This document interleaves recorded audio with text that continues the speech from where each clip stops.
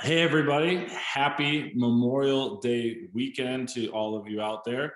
We've got an exciting week coming up here at Shoofly, kicking it off with our Murph for Memorial Day tomorrow. We also have some updates on programming, a lot of competitions coming up that we continue to highlight. We'll talk about a few strategies and how you can tackle the workout tomorrow, along with any birthdays we have coming up. And so we're going to kick it off with Chelsea just telling us a little bit about what we can expect with programming on the CrossFit and the barbell side this week. All right, y'all. So tomorrow on Monday, we are kicking it off with Murph. We've got times 8, 9, and 10 a.m.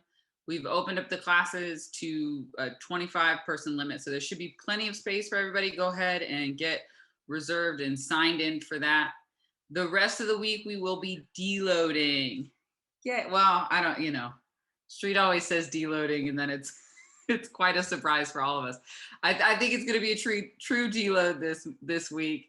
So we'll be just rounding it out, recovering from Murph, and then the following week we're starting a new cycle. So get pumped for that. And then in Barbell Club this week we are starting a new cycle. So it'll be on the lighter side for the first week, and we'll be working on complexes and hanging onto the bar a little bit longer.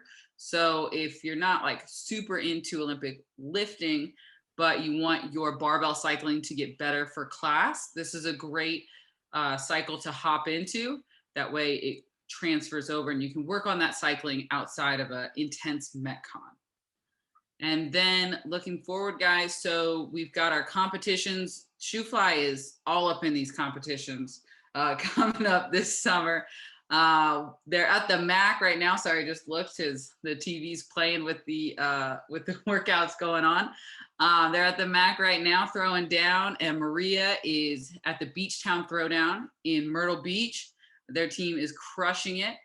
And then next weekend, we have 2 teams headed out to Nashville. And then at the end of June, there's a competition in New Bern. And then in July, we have the Bull City Throwdown. I think it's Bull City Throwdown. Bull City Brawl. Nice little Brawl. There we go. So that'll be a good one. I'm pretty sure half the gym is already signed up for that competition. It's teams of 2. So if you want to hop in there, go ahead, find a partner. And that way, we'll just take over the whole competition and it'll be a great time. Yeah. Speaking of more competitions, looking forward to October 16th. Shoofly Liftoff will be back and in person, 2-person teams.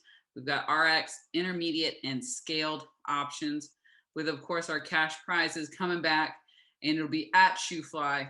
So y'all definitely need to get in on that. Registration will be opening soon. Yeah. And so I think marking that on your calendar, because that's probably going to be one of our favorite events that we'll do for the year. So we're excited for that. We wanted to dive into a little bit of help and maybe some strategy as you get yourself ready to go for tomorrow. We'll be taking on the workout called Murph in honor of Lieutenant Michael Murphy. So it is 1 mile of running, 100 pull-ups, 200 push-ups, 300 air squats, and then a 1 mile run to finish it off. You can potentially do the workout with a vest, 20 pounds for the fellas, 14 for the ladies. So we kind of want to set the stage here and what to expect and maybe some different ways that you can work through this really challenging workout.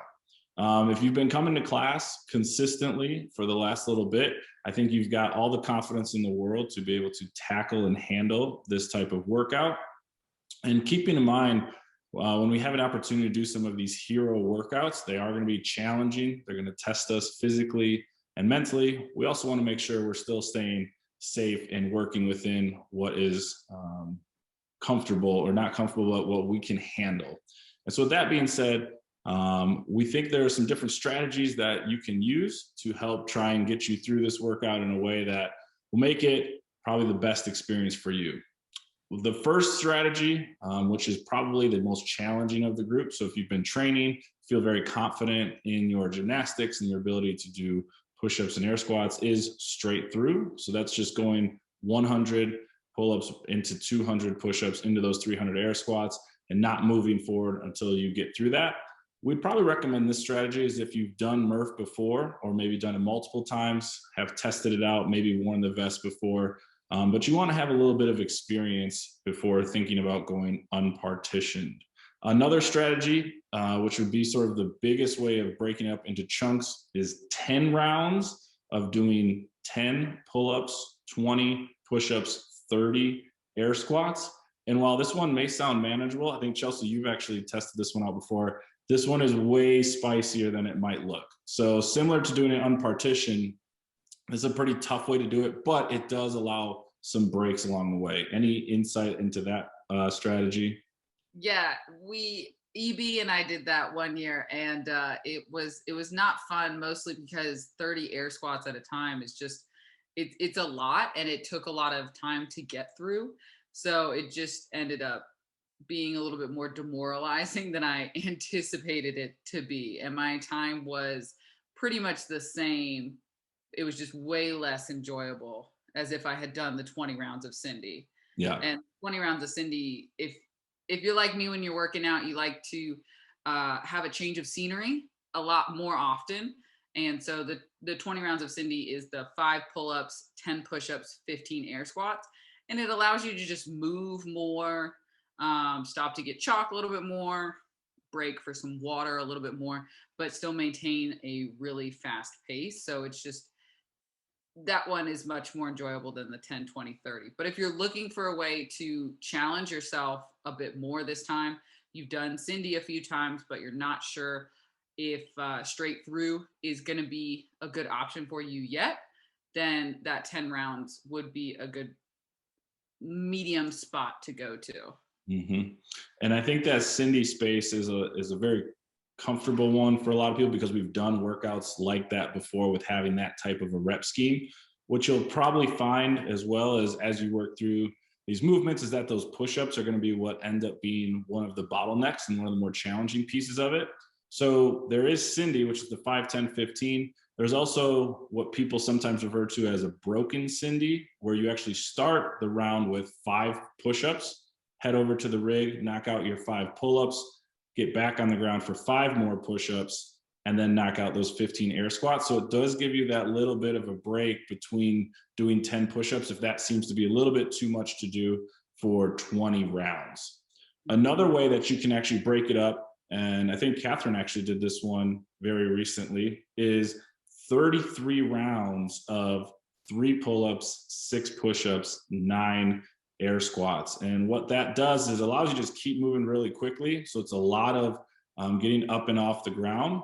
But with that being said, it keeps the rep scheme very, very manageable, that you can handle it throughout all of those movements. And then either on the beginning or the end, you do a round of 1, 2, 3, just to finish it off to get you to that 100, 200, 300. So if you're new to doing Murph, this is actually a really effective strategy where you usually are able to keep doing those rep schemes without burning out, and can help you just move continuously through that middle portion. So those are some of the more common ways that folks take on Murph. Another question that we get is, should I wear a weight vest? And what we say to that is, if you feel very confident in working through these different movements with body weight, if you've been practicing and training for them, as we've done in our classes, and if you've moved around a little bit with a weight vest before, then we would encourage you, go ahead and try it out, see how that goes. Some other options could be wear a weight vest for part of it. Maybe the first run and maybe half of Cindy you do it, and maybe you take it off and finish the workout without it. But we would encourage you to use the vest if you've got some comfortability with it, used it before and done some running and some movement with it. Mm-hmm. With that being said, we can probably talk about some options for some of the different movements, or some scales, if you will, modifications, if maybe you don't have pull-ups or don't have 100 pull-ups, if 200 push-ups seems to be a lot, or even if 300 air squats is a lot. So what are some options that people can do for pull-ups if 100 traditional pull-ups are maybe a little bit too much? Yeah, so we can always intermix those pull-ups in there. Maybe if you're doing Cindy, you try 1 round with the pull-ups, 1 round without, so on and so forth.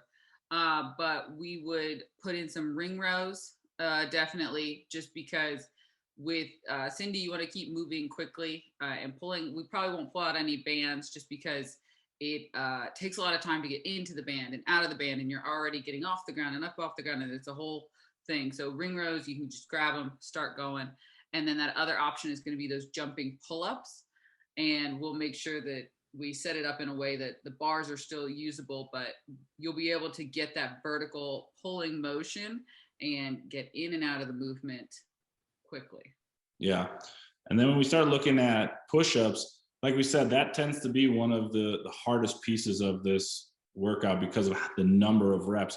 So we've got our traditional push-ups where we're in that plank position, trying to keep those hips off the ground as our chest lowers down and we drive up. We can always transition to those push-ups where we put the knees on the ground, still trying to keep those hips up off the ground, take the chest down and work it up. Another option is going to be working at an elevated level. So this is where we start to do some push-ups, maybe against the railing or against the box, something that's going to maybe bring a little bit more ease into that movement, just because we can really burn out in the shoulders and in the chest. So all of those are going to be great options for you as we work through those squats, as we work through the pull-ups and push-ups. And then when we start thinking about the squats, 300 air squats can be a lot for folks. So we have the options of maybe squatting to a certain depth. So we could do some box or bench squats where we're not maybe going all the way down, can help us out there. Another option for some folks could be to do some form of a step up, because what that does is it doesn't maybe put as much stress in some of those hips and knees. So those could be some really good options for us. Any other options, Chelsea, with the squats that you've seen that have been helpful? Whenever I do Murph, I like to pull out that medicine ball, and it just gives me a frame of reference, because a lot of times with Murph, you start low and then they get higher and higher and higher. But if you've got that ball underneath you, we don't want to sit on it or anything like that. You just want to give it a tap and come right back out of it.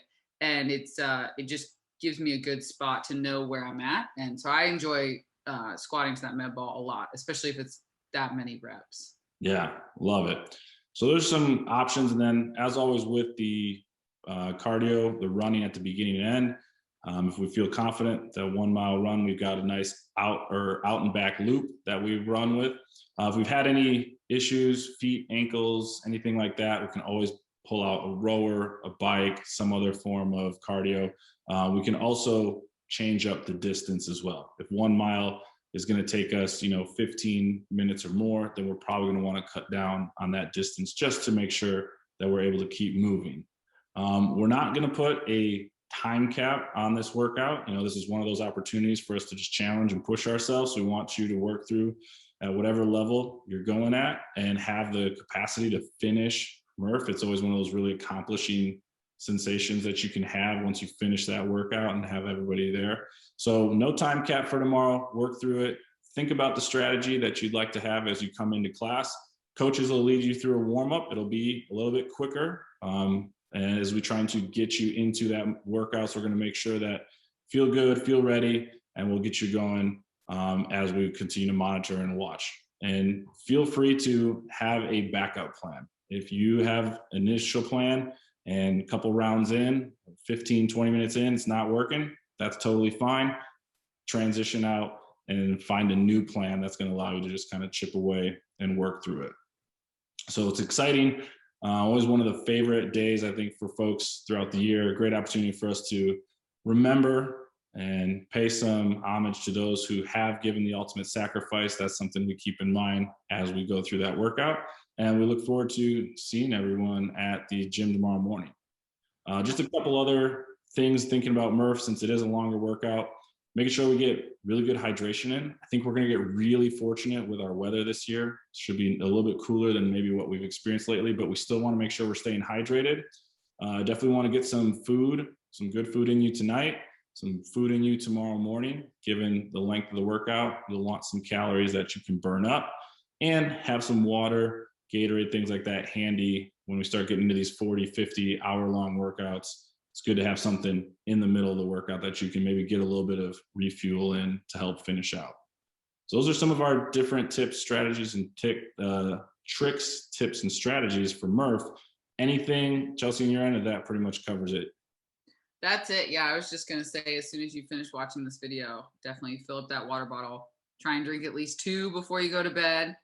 And then definitely 1 in the morning before you get to Shoofly. If you don't normally eat breakfast, a granola bar, an oatmeal, something light is definitely going to help. I would not come in on an empty stomach, like Brad said. That's not going to feel great after an hour of working out. If you do normally eat breakfast, I wouldn't go in on the 3 pieces of bacon, 5 eggs, and 4 pieces of toast. If that's your normal breakfast, lighten it up a little bit. Definitely a few more carbs. Definitely get the fat in. A little less sugar though. All right, and that's going to help with that fueling. Yeah. So I think we've been gearing up for it. Everybody's excited to tackle Murph tomorrow. We look forward to seeing you as the coaches and pushing everybody through this workout.